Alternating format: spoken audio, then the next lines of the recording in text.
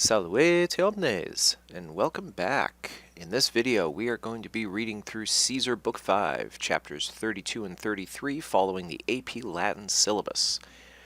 Before we get started, as ever, a reminder about our color coding.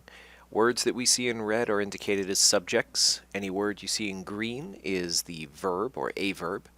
And any word showing up in blue is a direct object.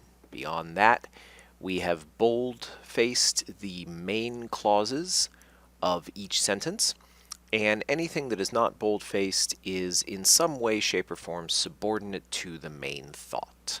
All right, with that out of the way, let's do this. So when we left off, the Romans had just decided to follow the advice of Sabinus and leave, trusting in what Ambiorix had told them, promising safe passage out of the territory of the Eburones.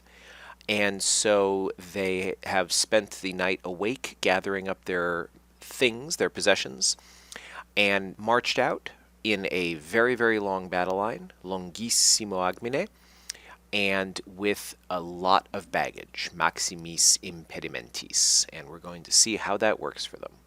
So let's pick up here in chapter 32 with at hostes. So right away, at usually indicates that, something contrary is about to. It's a very strong form of but.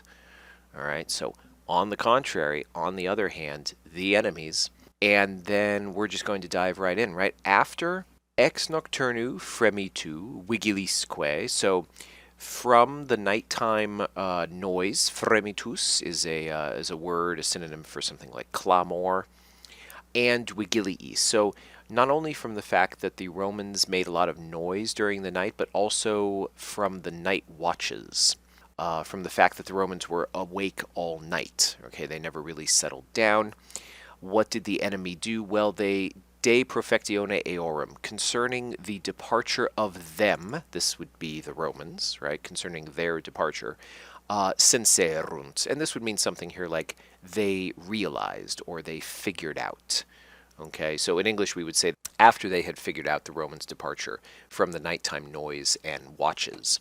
But Latin uses the prepositional phrase with de. What did they do? Let's scroll down here. This first sentence is extremely long, and it's also the entire chapter, just one sentence. So, what did they do? Well, here we have this ablative absolute, collocatis insidiis bipertito. So bipertito here is an adverb, and we're choosing to read it with collocatis, just because that seems to make a good amount of sense. But as an adverb, you could just as easily read it with in sylvis, or almost even expectabant, although that's a little ways away. We should usually read Caesar left to right as the ideas emerge, because that's typically how he's writing.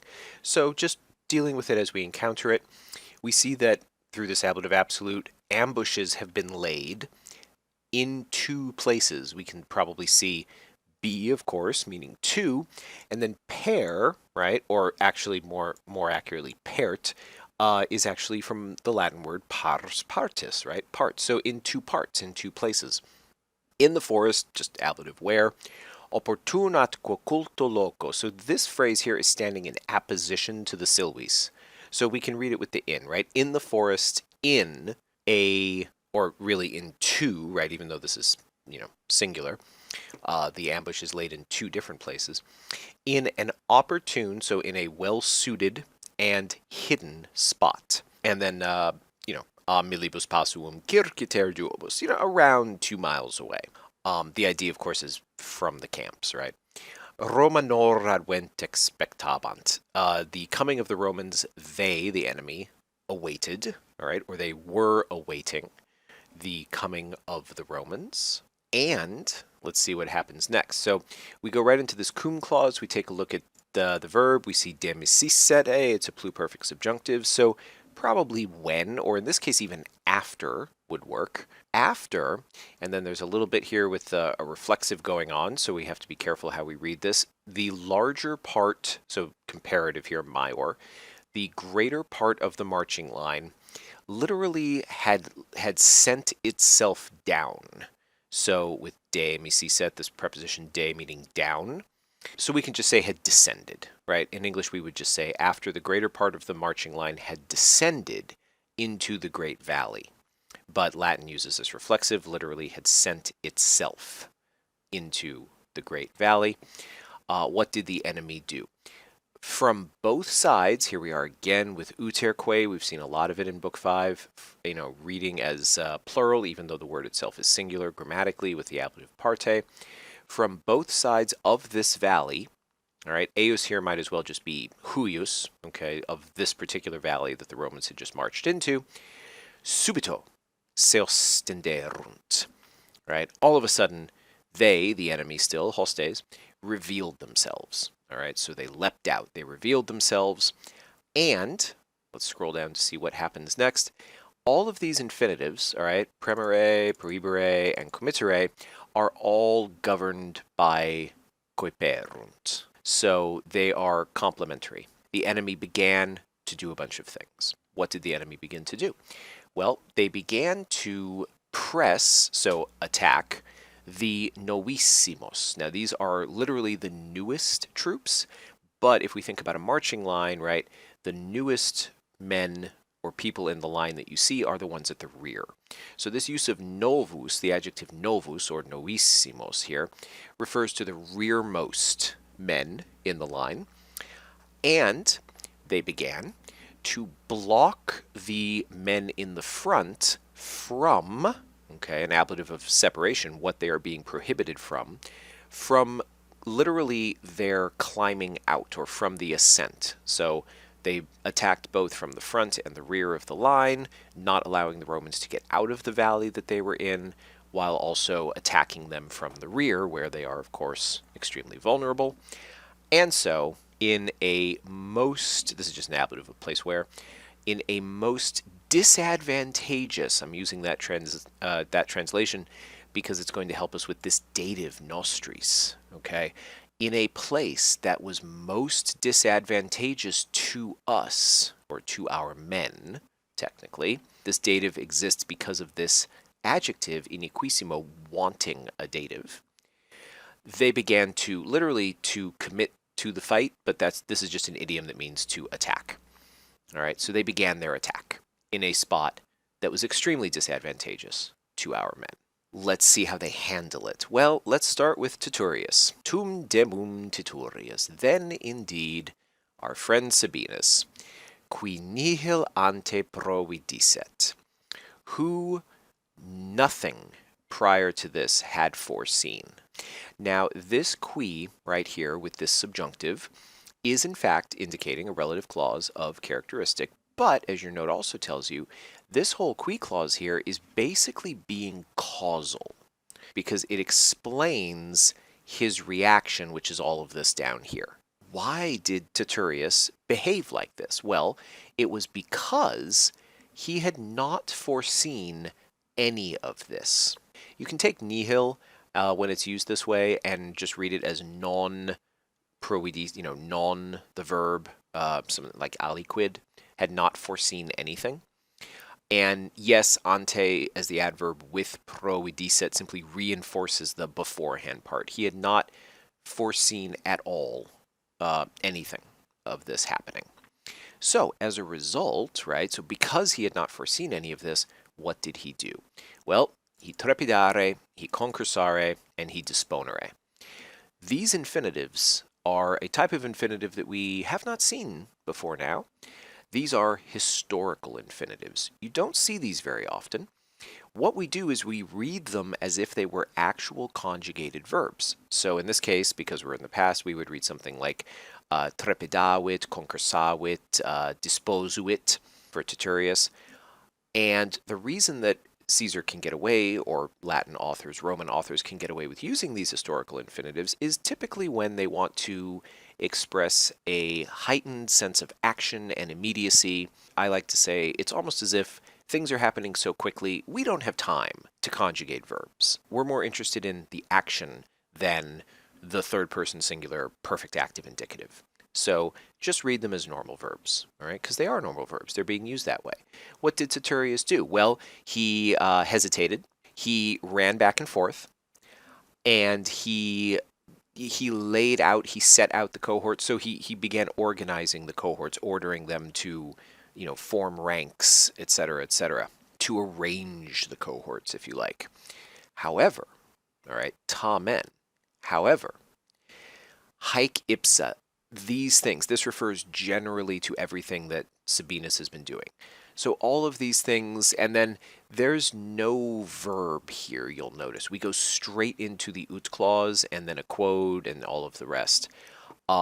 There is no verb here. You need to supply a verb. So the idea here, we do read haec ipsa probably as the object. So he did these very things timidly, hesitatingly, as if he were afraid. And with the result that, this is actually a result clause, not a purpose clause, obviously. He's not doing it for the purpose that everything seems to just fail him, but he's doing it in such a way that the result is everything, and the notes here suggest something like all of his plans or all of his wits or all of his, it's like he lost his mind. Everything seemed, right? Viderenter here is a very polite way for Caesar to phrase this. Everything seemed to fail him. Okay, and this deficere does not mean fail as in be unsuccessful, although that is the connotation, obviously, because whatever Sabinus is trying to do is not working out. But rather, it's more like all of his training, all of his experience, everything just vanished, right? Fail in the sense of be lacking. Everything seemed to just vanish from him, to desert him. All of his senses seemed to desert him in this moment of need. And Caesar then goes on to continue in this vein, quod, a thing which, this is not a causal quote. This quote is referring collectively to all of this up here, as if referring to it with an antecedent of hoc. This is something, right? All of this is a thing that frequently is accustomed to happen to people. Okay, eis is technically a dative of interest with accidere. It's not an object.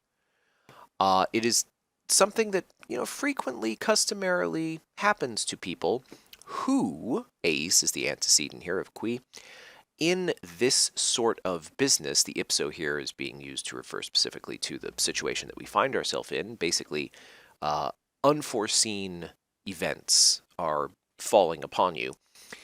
These people are compelled, coguntur, a passive, to come up with a plan.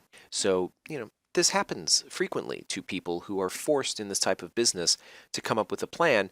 What happens? Well, everything just seems to fail them. Everything just all of their senses abandon them. That is the situation that Sabinus finds himself in. Now, let's do kota, and again with the ot, all right, indicating a strong contrast. But kota, oh kota, qui cogitaset, he had thought, okay, he had considered that, notice how this is just taking us very easily into indirect speech, this thing, technically this is plural, so these things, could on the journey happen. Right, so Kota was thinking, we might get attacked on the march. And, obeam causam, for this very reason, profectionis auctor non fuiset. All right, we're still in the qui clause here. Kota had not been literally the author of the departure. So this is something like, Kota had not been the one suggesting that they depart, because he realized that this sort of thing might happen on the journey. So, as we scroll down, what do we see? Nulla in re communi saluti deerat. In no way at all. That's how we understand nulla in re. Literally in no thing, but, race, right? This word race is always a word where we have to consider the context in order to give it a good translation. So, in no way at all did he fail. This is another word for fail, and it means the same thing. It means to be lacking for. So, Sabinus, by contrast, everything seemed to fail or be lacking for him. But Kota, on the other hand, in no way at all was lacking for. Now, communi saluti is dative. We see that. Communi saluti, it's definitely dative, definitely not accusative. It is, however, used as a dative object, direct object, of this verb de sum. Okay? Nothing was lacking. He failed in no way. The literally communal safety, but, in context, the safety of everyone, right? He was looking out for everyone's safety. He did not fail everyone's safety in any way at all. And then we get to this lovely, we have to scroll down here so we can fit it all in, this lovely parallel structure that Caesar gets into here. Caesar's very elegant here when talking about the excellent job that Cotta did. And both. Now we see this et is both connecting, let's go back up again, it's connecting de erat with the next verb, praestabat, but it's also working in this et parallel, so we have a both and situation.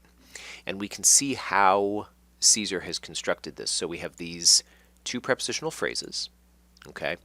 And then, going with each prepositional phrase, we have these genitives, imperatoris and militis. And technically, the genitives, imperatoris and militis, are both modifying officia down here, the direct object of praestabat, all right? So it's very not obvious on the first read-through how this is supposed to go, but the parallels are there to help you see how it's supposed to go. So if we read it, let's start, let's read it in a good English way, not left to right, like we try to with Caesar, but let's read it as if it were English. Cotta performed literally praestabat, but praestabat. He very well performed. He excelled in the duties, we would say, or he performed the duties. And then militis takes us to the, officia takes us to the genitives. So let's do them in order. He excelled, or he performed the duties of a commander, imperatoris, in, and then we have these gerundives with militibus, in calling to and encouraging the soldiers. Okay, literally, of course, gerundives in the soldiers who had to be called to and encouraged, but we don't translate that way. And he performed the duties of a soldier in fighting. So both and. So both in encouraging and calling to the soldiers, he performed the duties of a commander, and in fighting, he performed the duties of a soldier. So very strong contrast there between Cotta and Sabinus. Okay, continuing on to the next sentence. Because, all right, this cum is probably going to be because, it just makes sense. We'll see as we read down to the rest of the sentence. Plus, we see that the verb here that we're dealing with is possent, so it is imperfect subjunctive. So, because they, the Romans, on account of the length of their marching line, less easily could, all right, well, then we'll take the possent because we need the possent to handle these two complementary infinitives, all right? So for minus facile, less easily, we could just say something like not very easily, probably easier to understand. The Romans could not easily obire omnia per se. So obire omnia means something like address everything, right? Obire literally means to run into, but the context here is to address everything. So they could not address everything per se, for itself or by itself. So each thing that popped up, they couldn't address it one by one because the marching line was just too long.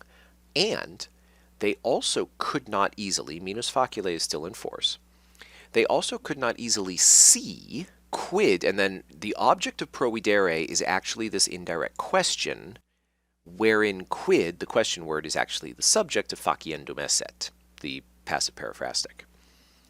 Okay, so the effect is they could not see, what could they not see? What needed to be done, passive periphrastic, right? Carthago delenda est, in each, this is quisque, this is not quoque meaning and, this is quisque in the ablative with loco, in each spot. All right, so the marching line was so long, they couldn't address everything as it came up, and they also couldn't see what had to be done in any particular spot. So, because this was the case, what did they do?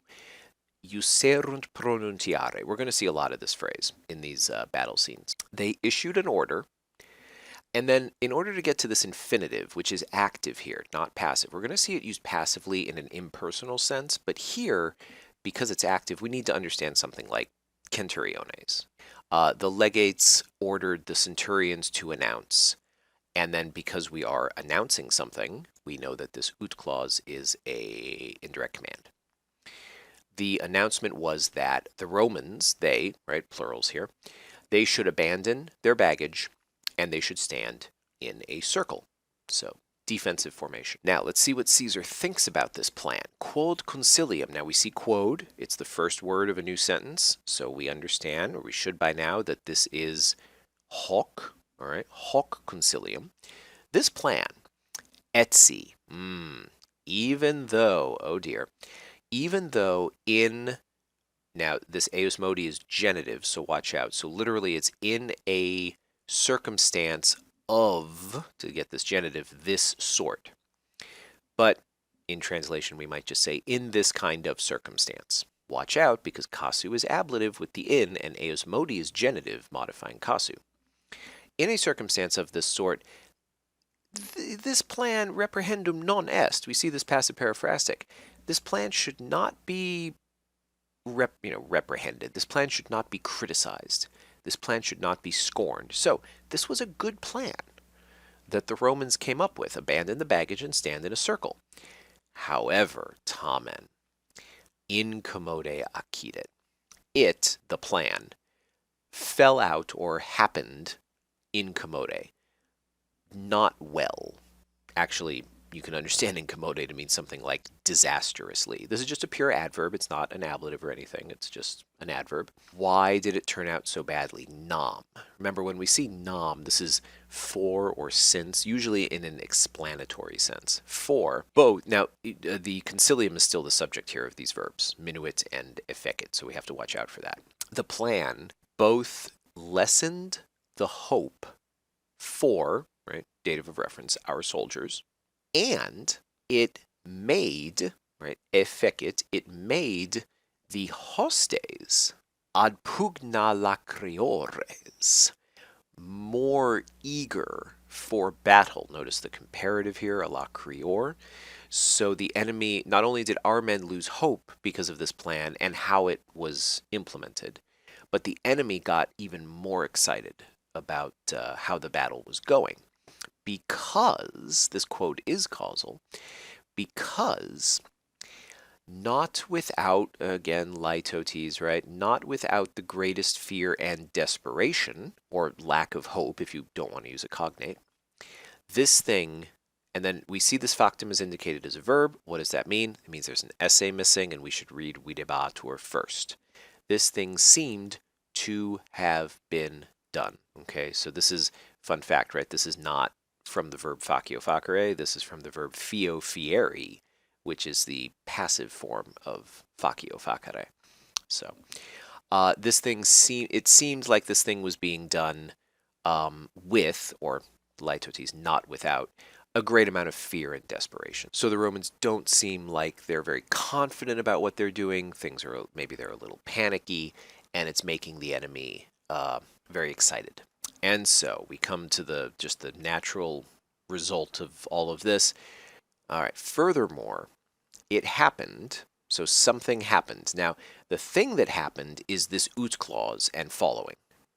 All right, this is what happened. This was the result. Technically, this ut is a result clause, all right, because it is the result of the thing that occurred.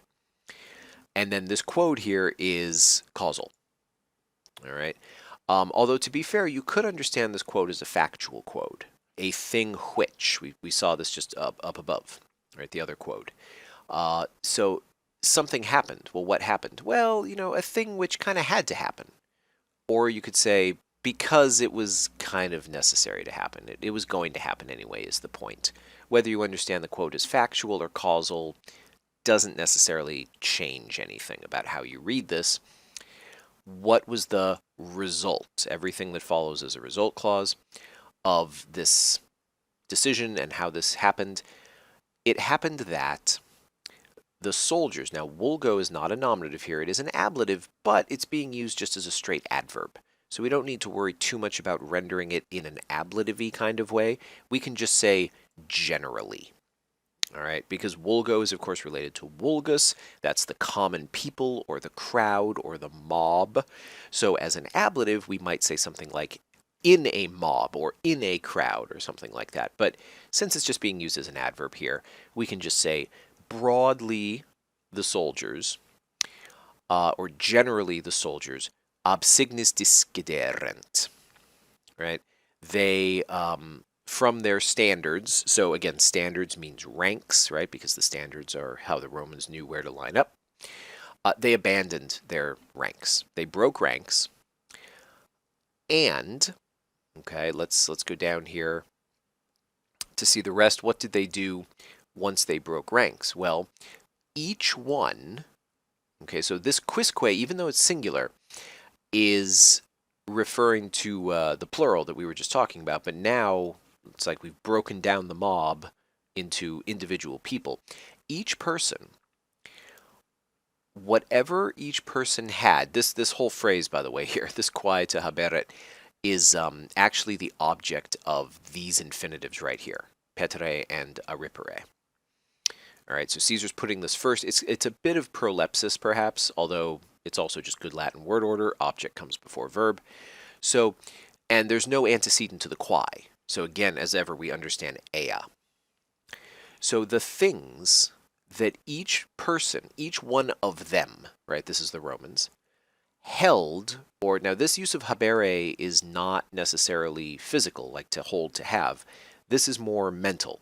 So you could say whatever each one of the Romans considered carissima, most dear or most important. This is what each soldier, right? So the quisque here is the subject of haberet, but it's also by extension the subject of properaret, because you notice we've gone singular here from the plural up above, discederent. Excuse me. Each person hastened or hurried, and then we take these two infinitives, to find and grab whatever he considered to be most important to him from the baggage. Okay, so instead of standing their ground, the Romans broke ranks, ran to get their stuff, whatever they thought they would need or whatever they didn't want to lose in the melee. And so, and finally, with shouting and weeping, everything was filled. So everything meaning, the whole expanse, the troops, the ranks, the area, everything was filled with shouting and with weeping. Okay, this could be a hendiades, by the way. You might say something like loud crying, but this could be a hendiades, by the way. You just could, motherfucker. This could just as easily be a hendiades. You could say with loud weeping. All right, and you'll notice too. Let's go back to the beginning of the sentence really quick. You'll notice too that a bunch of things have happened and there's no connectors at all. All right, so we have some asyndeton here going on because of you could say the madness, the chaos of the situation. There's no time for connectors. These are just, everything is happening so quickly, right? What's the first thing that happens? The soldiers just generally break ranks. What's the second thing that happens? Each person, on his own, goes to his baggage and, hurries to find and grab whatever he thinks is most important to him or most dear to him. And the third thing that happens is that the whole situation is just filled with groans and shouting and weeping. Okay, there are no connectors here joining these verbs at all. So, chaos of the moment. And that is that for chapters 32 and 33. Pretty brief. Things are happening quickly. We will see how the battle goes now that the Romans kind of have a plan in the next couple chapters. So, maximus gratias for sticking through, and we will see you in chapter 34. Valete.